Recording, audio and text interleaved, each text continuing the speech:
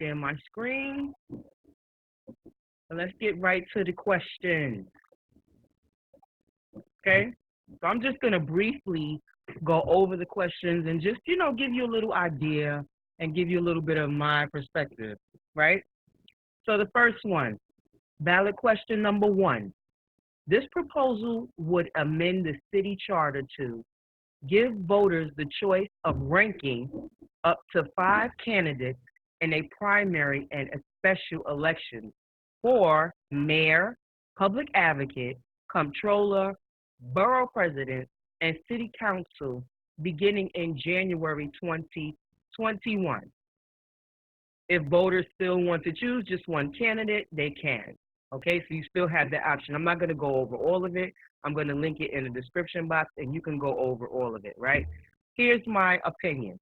It's too much tampering within and outside of our current voting system. And a candidate can have a breakout moment. You know what I mean? Somebody can say something that can sway the support of the people, okay? And that could be support through financial, or they could get a spike in the polls by something they did or said, right? And that could possibly, predict a different outcome in the election. So I don't think that that's fair to do that. I think by me saying that, it's clear how I plan on voting for this proposal. Extended time between period, the occurrence of a vacancy in an elected city office, and when a special election must be held to fill that vacancy. Special elections would generally be held 80 days after the vacancy. So 80 days after the person is out of office, that's when they are conducting these elections, right? Instead of 45 days. They would prefer 45 days. They also want it cut down for six to 60 days for the mayor or so. And I think it's fine just the way it is. I think that's actually an administrative question and it shouldn't have been on the ballot in the first place because most people are not going to understand, the technicality of all of this stuff right here. So this is an administrative question. It shouldn't be there, but I think leave things the way they are. We don't need to be in this big rush. Everybody's rushing to do something in New York, and I think we need to slow down. So if it takes 80 days, let the 80 days stay. Okay, they want to adjust the timeline of the process for drawing city council district boundaries so that it is completed before city council candidates start gathering petitions and signatures. So I didn't, I had it up here already. Here we go. I think I was already looking at this, and I hope this is the correct thing because I just wanted to kind of show you guys.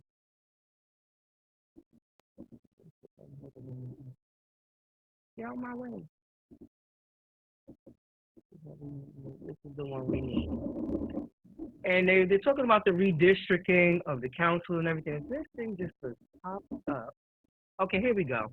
This is what they're talking about. Here are the council members and the districts. This is in New York, but you can go to your state, and it should look similar to this, and just punch your state in, and this will come up, and it'll break down. It gives you the breakdown of all of the senators and everything, right? So they want this, the redistricting. These are all of the districts that these people are in charge of, which I'm going to say something about in a minute. But they want to have these districts already set up, I guess. So by the time they go around taking petitions, you already know what districts you'll be, like over or supposed to be helping. What I wanted to point out is certain politicians, certain Democrats in New York, they have huge chunks of area that they are supposed to take care of. And I wonder if a lot of these people feel like their communities are underserved because of this. This is a big chunk right here for Chin. Okay? Here's another one. Powers. That's a huge chunk. That's a lot of responsibility. I like it more like this. Like you see Rosenthal here, she's a smaller district. She got the Upper West Side, I guess the whole Upper West Side. So that might be, did I say West Side? Upper West Side. That might be, a bit much. But yeah, certain ones, look at this. That's a lot of people to cover and take care. That's a lot of needs. And I'm wondering if they need to break this down a little bit more when they're assigning these districts to these, congressmen or whatever. That's just something I wanted to point out. But this is what they were talking about with their redistricting and all of that, and the boundaries, having the boundaries or whatever. Yeah, yada yada. Another administrative question that really doesn't have anything to do with us. You know. Here is the second question on the ballot. It's the back, right? The proposal would amend the city charter to increase the size of the civilian complaint review board. I'm so excited to say it. From 13 to 15 members by adding one member appointed by the public advocate and adding one member jointly appointed by the mayor and speaker of the council, who would serve as chair.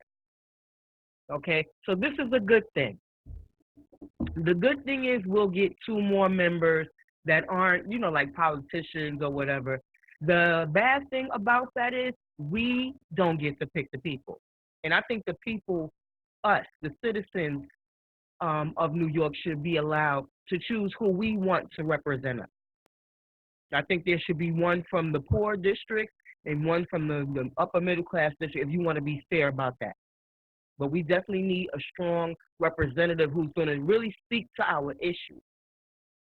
Because oftentimes you find that they get into office and they could care less about our issues. They start getting in and they just want to move up. They're not worried about the people. The further up they get, the less they worry about the people. They decide what you want the further they get up. So it's very important to pick, the people that you want. So I don't like that part, but I do like the fact that they're adding more people that, you know, are still kind of hand-picked, because you see it's picked by the public advocate and the mayor. So I don't know. Let me see. What else I want to say?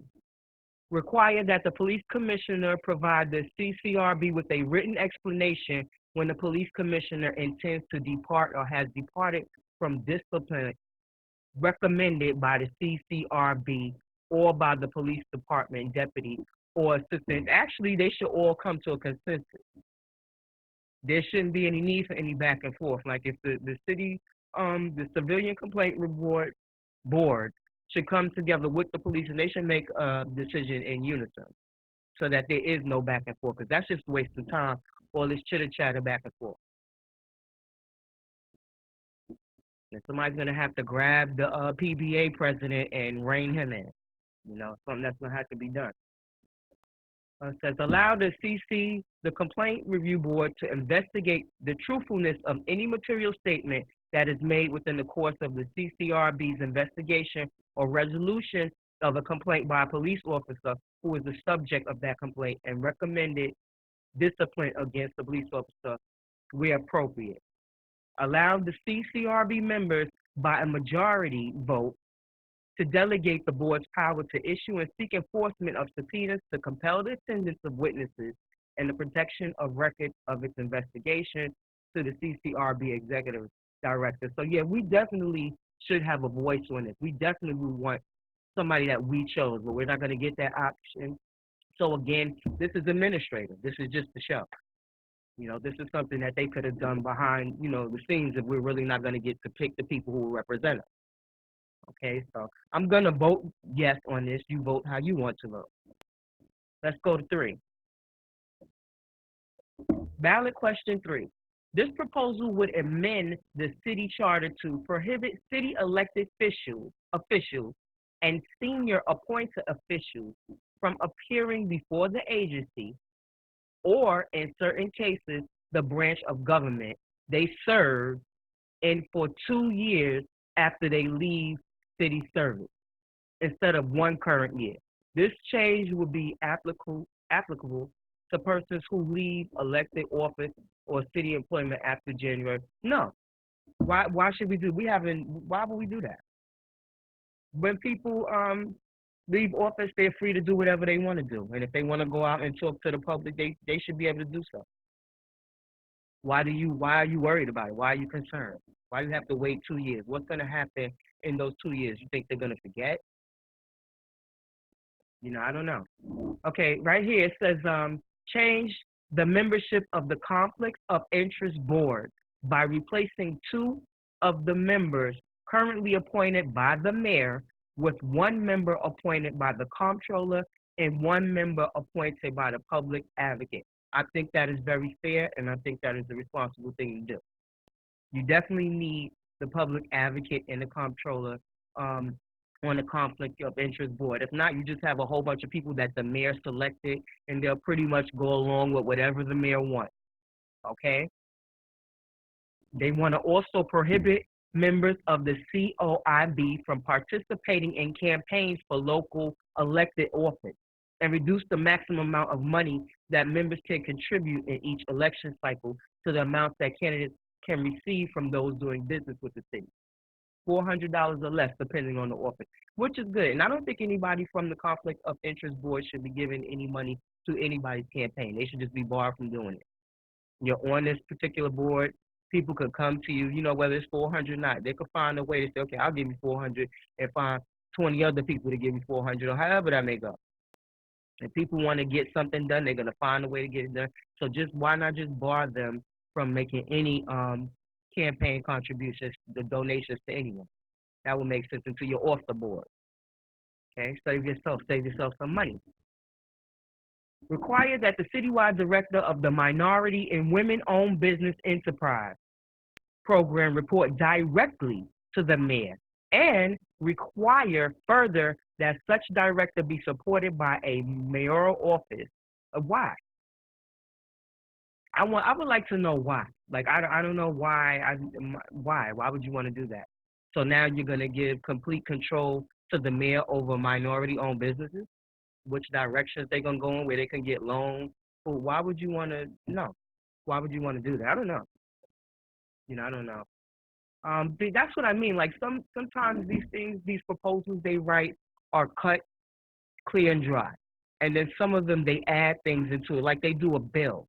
Like if they say they want to pass a bill about guns, but then they'll throw something in there about education or whatever, and then it conflicts you because you're like, dang, I want to do something about, a little something about gun control, but I don't want this to affect the school. So, you're conflicted in what's the right thing to do. And then you usually go along with what they say. Okay, but this, again, a lot of these questions are administrative, and like I said, this is just a way for them to pass a lot of these things because they know we put on things. The people said this, the people said that, but the people, they aren't really explaining. They should have been explaining these 5 proposals all last year if they know they were going to put them on the ballot. Or at the beginning of the year, they knew they were going to do that. They should have been going over it and breaking it down and making sure people have the information. Okay, but it is what it is. Okay, here's question number 4. Let's get to that. Let me get to my notes for what I wrote on this one. This proposal would amend the city charter to allow the city to use a revenue stabilization fund or a rainy day fund to save money for use in future years, such as to address unexpected financial hardships.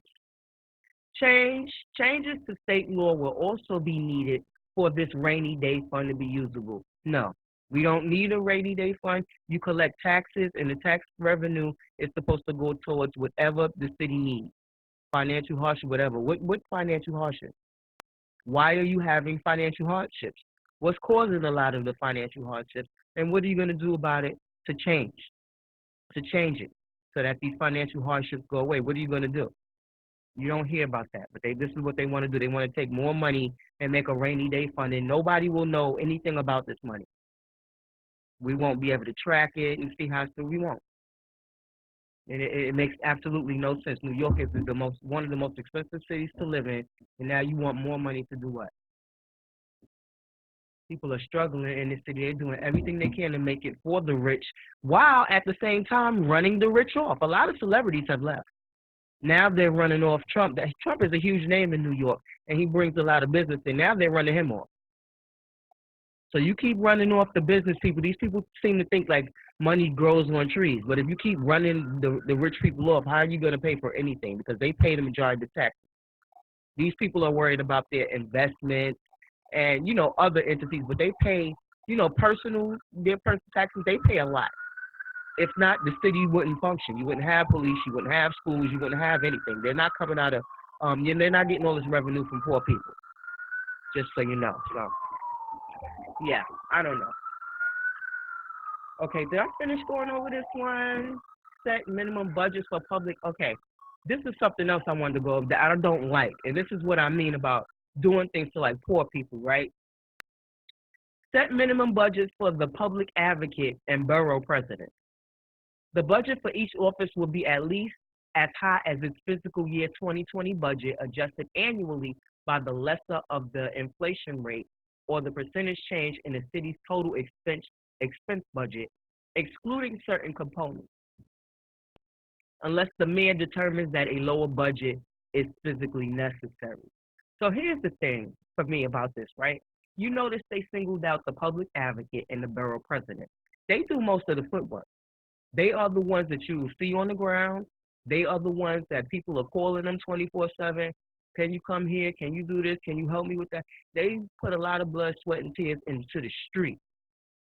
And you are now saying like you kind of want to cap them based on the budget. But that's okay.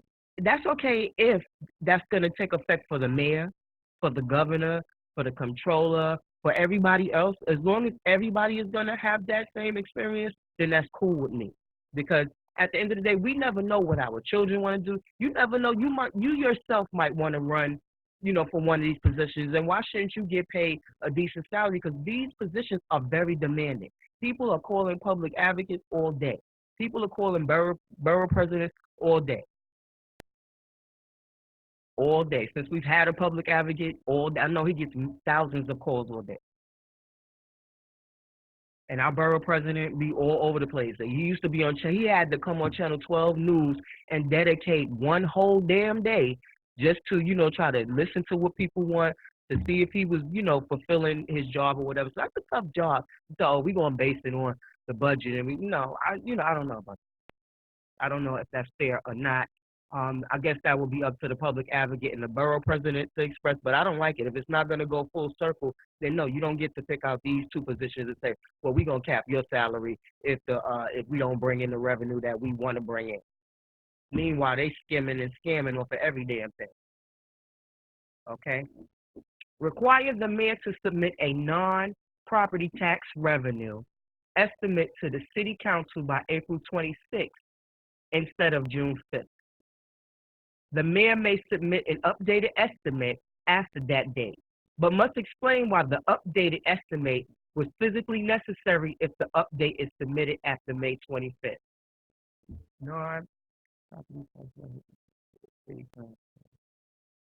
So is that individual? See, that's what I mean. Are they talking about individually? Because they can't be asking him about the property taxes of the whole city. So individual taxes?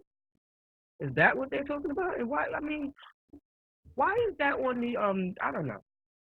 This is why I mean, like you really need someone to come out and explain these things instead of just throwing them at you. Okay, if I'm reading this, it looks like a personal tax revenue that they want him to put up, non-property tax. So what his financial of excluding his property tax, they want all the rest of his taxes. Like whatever. The next one, require that when the mayor makes changes to the city's financial plan, that will require a budget modification to implement the proposed budget modification shall be submitted to the council within 30 days. Shall this proposal be adopted? Yeah, I think that's fair. But I think I'm going to vote no on this one because I don't like the capping of the salaries as I just went over to you, and I don't like this rainy day fund thing.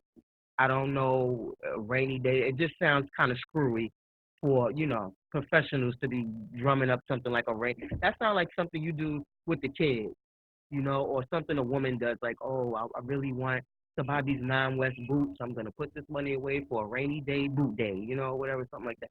Doesn't sound like something you would have on a back of a proposal, especially at the primary. So, I'm just trying to go over it. I know I'm not going to get a lot of views because I didn't get a lot of views for the last time I did this, but I appreciate the views that I did get, and I hope that I was able to help people. So the last one was the land use, because I used to be baffled by some of these questions, and they were outright. Let me save this for last. Okay, ballot question number 5. The proposal would amend the city charter to, for projects subject to uniform land use review procedure, require the Department of City Planning to transmit a detailed project summary to the affected borough president, borough board, and community board at least 30 days before the application is certified for public review, and to post that summary on its website and provide community boards with additional time to review the ULURP applications certified for public review by DCP between June 1st and July 15th, from the current 60-day review period to 90 days for applications certified in June, and to 75 days for applications certified between July 1st and July 15th. Shall this proposal be adopted? Um, this seems like a halfway attempt to provide the community with a short period of time to kind of like state their objections and grievances to the development in the community. And you should go off in numbers need be. You know, I want to add, like, if you wanna build shit in people's communities, then you should provide that community with jobs. When I was coming up, they had this group called the Rainbow Coalition, and it has nothing to do with being gay. That's just what they called themselves, right? They would go out in their communities. If anybody was building anything, you were gonna hire at least 5 to 10 of their workers in that community. You were gonna hire them. And they did this all over New York. They did this. And they were forced to be reckoned with. They didn't play. And I think that communities need to go back to that. Damn these meetings. Damn those town halls, right? If you want to show up there. But when these people come and they start digging and building, you block it. You get enough of the men in your community, even if you got borrowed some from 2-3 blocks over with, and you get enough of them, and you tell the developer, you're not building shit unless we get jobs. You better go through this community and find out who's qualified and how many goddamn people you can hire here before you even think about bringing somebody else in. This gives the people in that community a stronger chance of thriving and living there, because you will be making the salaries from that business. And it's actually more convenient because you can go ahead on and eliminate car fare if you can walk to your job. And a lot of people like that, and especially these construction jobs, they pay good money. That's a whole $100 in your pocket, every paycheck. And you having to walk to work. And that's what you better start doing. To hell with these town halls, because people go there, scream, yell, and then the city does what it wants anyway. And this just looks here like, okay, let's make it look like we care, but then they'll still turn around and do what they want to do, because I guess they realize how nasty it looks to see people so upset, and they sit there all smug behind their stupid desks with their dumb pitchers of water, and they're pouring glasses, and you're pouring your heart out, and they're drinking water, and like, yes, ma'am, we're gonna see what we can do, and they're all smug and obtuse, and it's just, a stupid ass process, and you can really get some real action on these streets by doing what I just told you to do. And you'll be surprised it will work. Let me tell you something else. Back in the day, things used to go missing from these developments, okay? The crackheads would get that copper, okay? And when you're a developer and you're trying to put something, it takes a mighty long time when things keep getting stripped. It takes a long time to get it up, and they keep stripping it. So, hey, I was just going to say, right? What the hell was I gonna say? I guess I was gonna say, I remember a time, because they came at a lot of people on YouTube, right? Because the election is coming up, and they really trying to put their hammer down to prevent us from speaking to one another, right? Because we are affected, and we do have influence, and there's nothing wrong with that, right? Because we're not politicians, we're citizens, and we can influence each other and share information all we want. Now, I don't know how many people remember this, and even to this day, they have commercials. When they put these proposals out in New York, they actually pay for commercials to tell people, such and such said, vote yes for this, because I'm going to vote yes on this proposal because it's going to benefit the city, blah, blah, blah. Outright tell you how to vote, but yet they want to identify us as black identity extremists, Russian bots, terrorists, and all these other kind of names that they have been calling these black people for getting on the internet talking to each other. You got Obama coming out telling people to shut up. Of all people, he's telling the cancel culture to shut up. And then he was so disrespectful about it, right? Like, oh yeah, you feel good because you said something, and then you can flip your little TV on and you feel good about yourself, as if to say you have nothing going on in your life or whatever, because you're correcting people who are making mistakes out here. And that's what government does. Maybe not all of them, but too many of them. And I'm about sick and tired of that shit. Shout out, as a matter of fact, long live the cancel culture.